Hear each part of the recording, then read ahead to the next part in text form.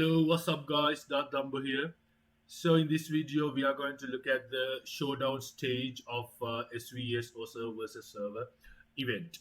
So, in this showdown stage, this is where the attacking server is going to attack the defending server, and they are going to invade and they are going to fight for the throne.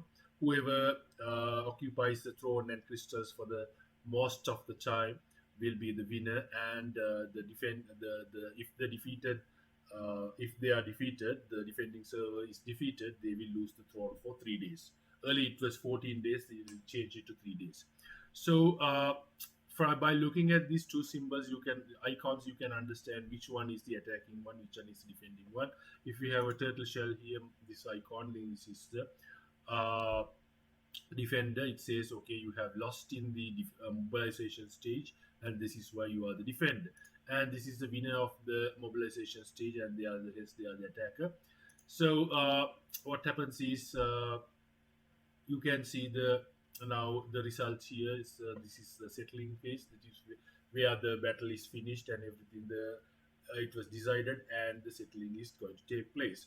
So as usual, you can see on the left bottom how much personal stage ranking is, what is your special, and your score there. If you click on that, you can see how much scores that has been there, and then you can change the tab and see, look at the mobilization also.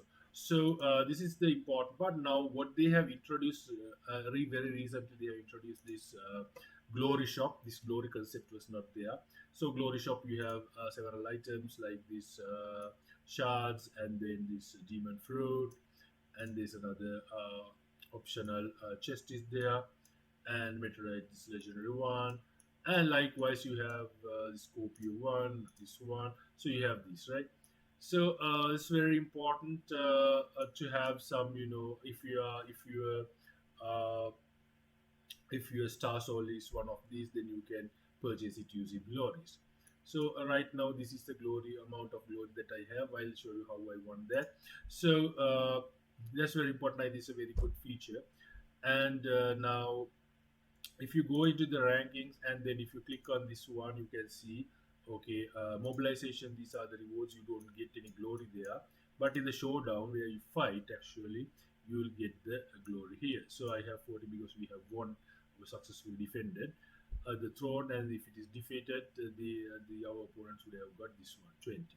So personal rankings, you have these rankings, and here this is very important. You have 200 glory parts for the first place, and second place 160, third place 120, likewise. So winner or loser, it doesn't matter. If you are ranked 1 or 2 or 3 or whatever it is, you will get these glory marks.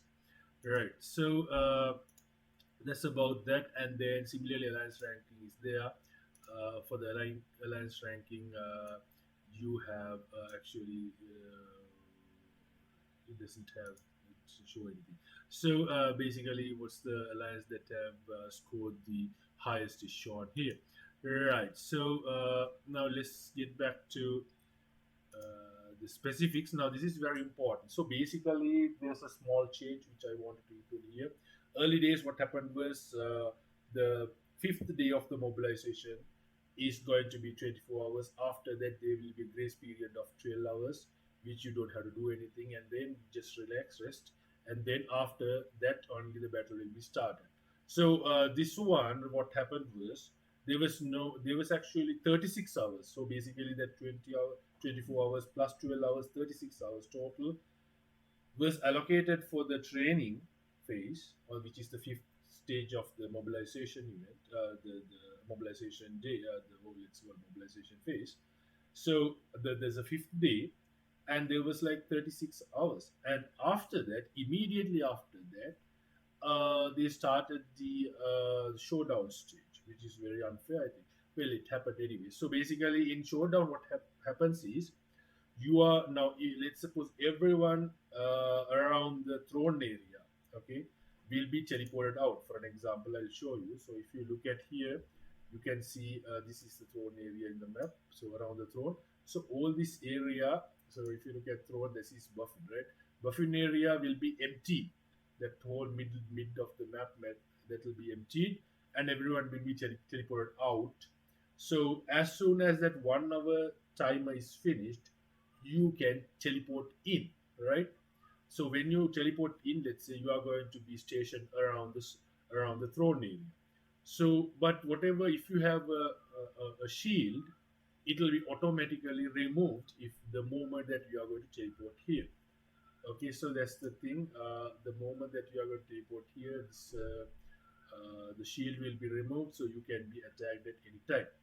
So, and once after you teleport in, or let's say after 1 hour timer, you have a uh, chance to reinforce your throne and the crystals. So it's important. Now these are the things. Now crystal burst crystal has 10% attack, and this hardened crystal has another 10% defense. So very important that you capture these two and defend these two, because it will give additional buffs for your armies or packs fighting. Okay, and the other one that I wanted to explain is, now some people are asking, okay, now when you are inside a crystal or a throne, or the throne, when you are attacked, are you going to lose troops? Are you going to get dead wolves rather than just injured ones? Yes, obviously, because you have to look at why actually these there are injured wolves, and then when why these dead wolves. So basically, this is the idea, right? Now, why they are not going to be dead, because they'll be only severely injured and they'll be sent to the hospital, right? Or in other words, to the herb. So inside this burst crystal, uh, or in the throne, there's no herb, right? There's no hospital. So whenever there's a battle taking place, attack and defender both will have casualties. There will be no severely injured troops there, slightly injured ones and dead ones. So I think that answered that one. And yes, so that's about it. So it's important now.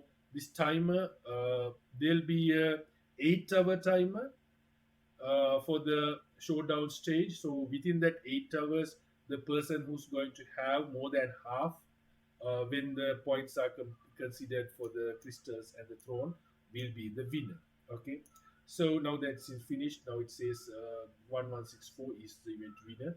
So meaning 1164 server successfully defended the throne. Okay, so that's about it. I think so that covered. So I'll go back to the last details. So basically, here what you see is the death details. So here you can see it says death count. These are the number of total number of deaths that I have incurred, the losses. So these wolves are actually dead, so they're gone. So but you have a pack revival ratio. So basically, 30% is the default, so meaning I can, after this timer is finished, I can revive this. There'll be an icon button here below, here. So you click on that and you can revive it. Revive this. So these are the revivable count is 2715. So to increase this, there are two ways. One is sending requests. Okay. So sending request, you can increase this by 20%. And then you have another option, that is buy ancestor mark, which is using gems, which can be increased by another 15% if they haven't changed. Okay, I don't know whether they have changed or not. Earlier 15% can be increased, so that is 50 plus 15 is 65%, and then you can get another 25% from purchasing packs with real money.